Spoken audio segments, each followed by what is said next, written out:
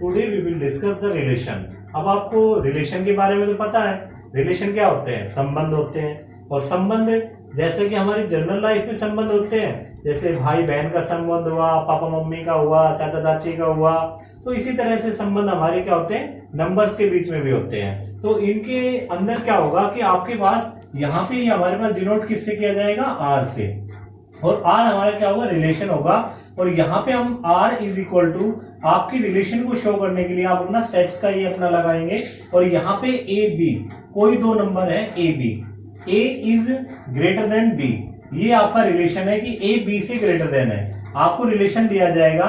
ऐसे ही आपके पास आर, ये हमारे पास सेकंड ए और बी, और आपके पास रिलेशन क्या दिया गया है, B is equal to 2a, कि आपके पास हमेशा जो बी की वैल्यू है वो किसके इक्विवेलेंट होती है, 2a के इक्विवेलेंट होती है। या फिर आपके पास आर को रिलेशन दिया गया है ए बी, और यहाँ पे आपको क्या आ गया है, B is equal to A upon में 2, ये भी हो सकता है। तो इस तरह से हमारे पास नंबर्स के बीच में क्या होगा, आपका रिलेशंस होगा। अब ये रिलेशन हमारे पास, इस रिलेशन को लेते हुए हम आगे स्टडी करते हैं कि हमारे पास रिलेशंस के टाइप्स क्या क्या होते हैं। जो हमारे पास अलग अलग टाइप्स के रिलेशन होते हैं तो वो हम अपनी डिस्कस करेंगे इसके अंदर कि आपकी रिलेशन के टाइप्स हैं। तो सबसे पहले आपके पास टाइप्स ऑफ रिलेशन में आपके पास क्या है, एम्प्टी रिलेशन। सबसे पहले हमारे पास क्या है, नंबर 1 एम्प्टी रिलेशन।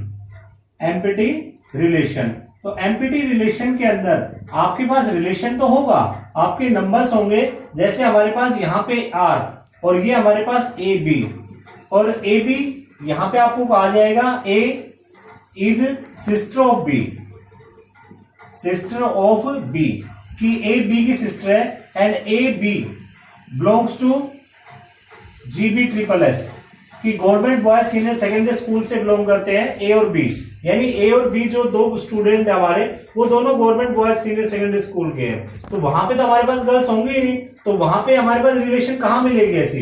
तो इसका मतलब क्या है कि हम रिलेशन हमें दिया हुआ है, लेकिन इस रिलेशन का हमें कोई भी स्टूडेंट का पेयर नहीं मिलेगा। तो ये हमारी क्या होगी, आपकी एम्प्टी रिलेशन होगी। सेकेंड आपके पास आती है universal relation. Universal relation, universal relation, तो इस यूनिवर्सल रिलेशन के अंदर आपके पास आपका हर हाल में आपके पास आपका सेट कभी भी खाली नहीं होगा और सभी एलिमेंट आपके पास रिलेट करेंगे। यहाँ पे आर और ये हमारे पास ए बी, आपको ये कहा गया है, और ए बी आपका ए बी बिलोंग्स टू ए, आपके पास दोनों ही ए से बिलोंग कर रहे हैं, तो आपका ए क्रॉस ए, यानी सभी एलिमेंट हमारे इसके अंदर एग्जिस्ट करेंगे।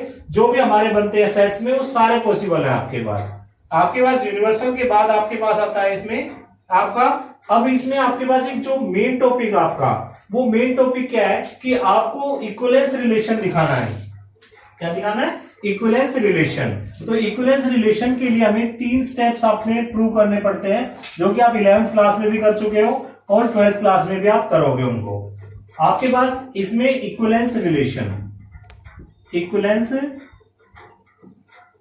रिलेशन, ये आपके पास इक्विवेलेंस रिलेशन है। इक्विवेलेंस रिलेशन के अंदर आपको सबसे पहले आपको क्या करना है, रिफ्लेक्सिव, आपको रिफ्लेक्सिव को शो करना है। और दूसरा हमारे पास क्या आ जाएगा, सिमेट्री, सिमेट्री, सिमेट्रिक, और तीसरा हमारे पास क्या हो जाएगा, ट्रांजिटिव, ट्रांजिटिव। तो ये हमारे पास ट्रांजिटिव 3 तरह के हमारे पास इसमें 3 पार्ट्स होते हैं। इसके अंदर जो रिफ्लेक्सिव वाला पार्ट है इसमें आपके पास क्या होगा, आर, आर रिलेशन हमारे पास ए, आपके पास ए बिलोंग्स टू आर आपके पास आए तो वो हमारे पास रिफ्लेक्सिव हो जाएगा। रिफ्लेक्सिव का मतलब क्या होता है कि आपके पास रिफ्लेक्शन आए, आपका सिंपली सेम टू सेम, जैसे हम मिरर के आगे खड़े हो जाते हैं ना और वहां से हमें रिफ्लेक्शन दिखाई देता है, ऐसे हमारे पास रिफ्लेक्सिव होगा। दूसरा हमारे पास सिमेट्रिक, सिमेट्रिक के अंदर हमारे पास रिलेशन होगा कि हमारे पास R belongs to A B, कि हमारे पास ए बी भी आता है, A B belongs to R, यानी आपके पास थोड़ा सा इसको ऐसे ले लें कि A B belongs to R और B A belongs to R, यानी आपके पास जैसे आपके पास आपका धुआं सांप होता है, उसके अंदर 2 मुंह होते हैं, चाहे आप आगे की तरफ से देख लो चाहे बीच से की तरफ से देख लो। तो यहाँ पे हमारे पास ए बी भी रिलेशन है और बी ए बी रिलेशन है, दोनों ही रिलेशन है। तीसरा हमारे पास ट्रांजिटिव, इसमें हमारे पास क्या होगा कि A B belongs to R आपके पास और B C belongs to R, दूसरा रिलेशन ये है कि B C belongs to R. और इसके बाद हमारे पास इसमें A C, this is also belongs to R, ये भी हमारा आर से बिलोंग होगा, तो ये हमारे पास क्या आ जाएगा, ट्रांजिटिव। अगर ये तीनों ही कंडीशन हमारी कहीं पे सेटिस्फाई होती है तो वो हमारे पास रिलेशन क्या कहलाएगा, हमारा आपका ट्रांजिटिव रिलेशन कहलाएगा। अब इसके अंदर हम अपना एक क्वेश्चन लेके चलते हैं अपना, जिसके अंदर हमें इसको प्रूव करना है कि हमारे पास ये रिलेशन है या नहीं इक्विवेलेंस रिलेशन, तो वो हम लेके चलते हैं और उसमें मैं आपको बताऊंगा कि किस तरह से आपको लेना है। तो आपके पास क्वेश्चन है, इसके अंदर आर, आपके पास रिलेशन आर दिया हुआ है, आर इज इक्वल टू, और यहां पे हमारे पास A B,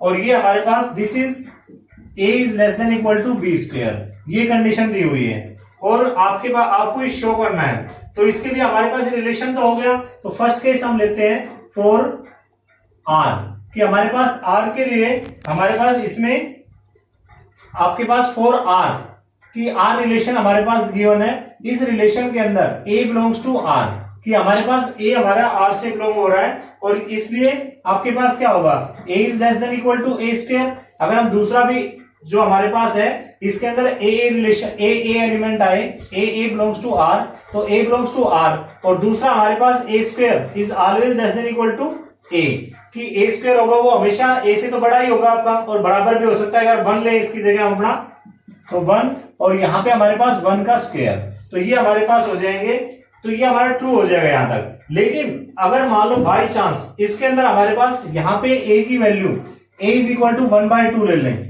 a is equal to 1/2 भी ले सकते हैं हम ना, तो ये हमारे पास 1/2 is not less than equal to 1/4, क्योंकि 1/4 से तो 1/2 बड़ा है, तो हमारी कंडीशन डिससेटिस्फाई हो जाएगी। और यहाँ पे आप क्या लिखोगे, r इज नॉट रिफ्लेक्सिव, कि हमारे पास ये रिफ्लेक्सिव नहीं है, रिफ्लेक्सिव की कंडीशन फेल। सेकंड हम अपने लेके चलते हैं कि आपके पास ट्रांजिटिव के लिए, तो यहाँ पे A B belongs to R है, A B belongs to R, और इसके अकॉर्डिंग तो यहाँ पे हमारे पास क्या आ जाएगा, a is less than equal to B square, तो a की वैल्यू क्या होगी, less than equal to B square होगी। नाउ आपके पास इसके बाद आप ले सकते हैं कि b is less than equal to a square, ऐसा आपके पास b is less than equal to a square, तो ये आपके पास पॉसिबल नहीं होगा, क्योंकि यहाँ पे अगर मान लो हम 1 ले तो ये 1 से लेस देन हो जाएगा।